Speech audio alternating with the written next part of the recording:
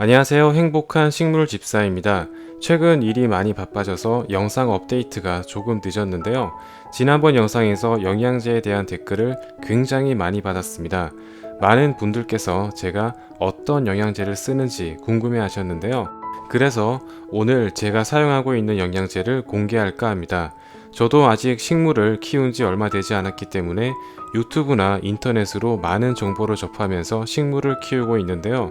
처음에는 바나나를 이용한 영양제나 쌀뜨물을 주기도 했습니다. 하지만 집에 바나나가 없을 때도 있고 항상 쌀을 씻고 나면 그냥 버리기 일쑤여서 좋은 영양제를 하나 사기로 마음먹었습니다. 저도 많은 분들이 추천하셨던 영양제를 구입했는데요. 바로 하이포넥스입니다.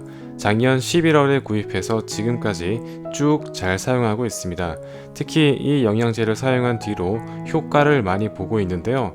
한겨울에도 스파디필름이 꽃을 피우는가 하면 성장이 멈췄던 식물들이 하나 둘 잎이 나기 시작하고 굉장히 크게 자라는 걸 보면서 참 사길 잘했다는 생각이 많이 든 제품이었습니다. 제품 겉면에 7, 10, 6이라고 쓰여 있는데요. 각각 질소, 인산, 칼륨을 뜻한다고 해요. 질소는 잎을 크고 싱싱하게 만들어주고 인산은 꽃과 열매, 칼륨은 뿌리의 성장과 건강을 돕는다고 합니다. 사용법은 약 1000배 정도 희석한 뒤 일주일에서 2주 간격으로 주라고 되어 있는데요. 저는 페트병에 물을 가득 채운 뒤 서너 방울 정도 떨어뜨려 주고 있습니다. 그럼 하이포넥스를 사용해서 가장 효과가 좋았던 식물 몇 가지를 소개해 드리겠습니다. 첫 번째로 아레카야자와 테이블 야자입니다. 원래 키우기가 수월하고 성장이 빠른 아이들이긴 하지만 작년 여름 데려왔을 때보다 새순도 훨씬 많이 나오고 잎 크기도 점점 커져가는 걸 볼 수 있는데요. 처음 데려왔을 때에는 각각 중품과 소품을 구입했기 때문에 사실 크게 예쁘지는 않았던 것 같아요. 하지만 지금은 잎이 굉장히 많이 나오고 있어서 이 아이들을 보면서 커피를 마실 때면 마치 열대우림에 휴양 온 듯한 느낌을 받고 있습니다.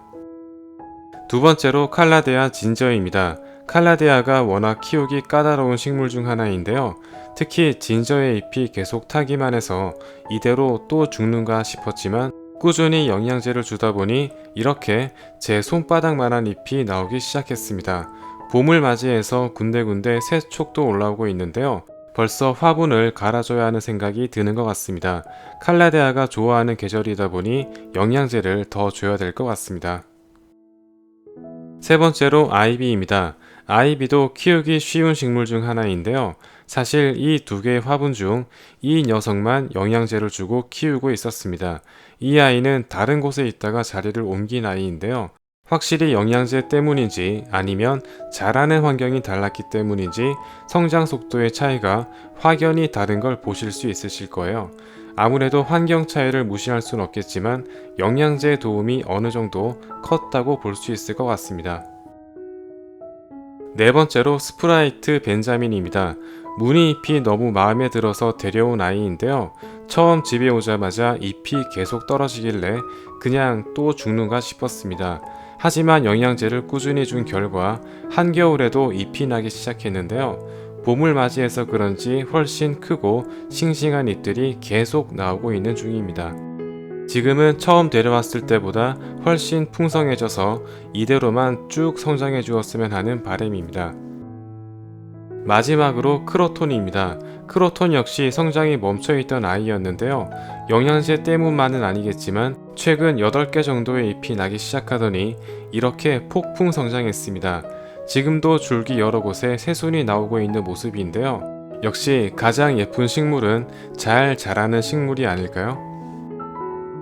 저도 처음 식물을 기를 때에는 그냥 햇빛과 물, 흙 정도만 잘 관리하면 된다고 생각했는데요.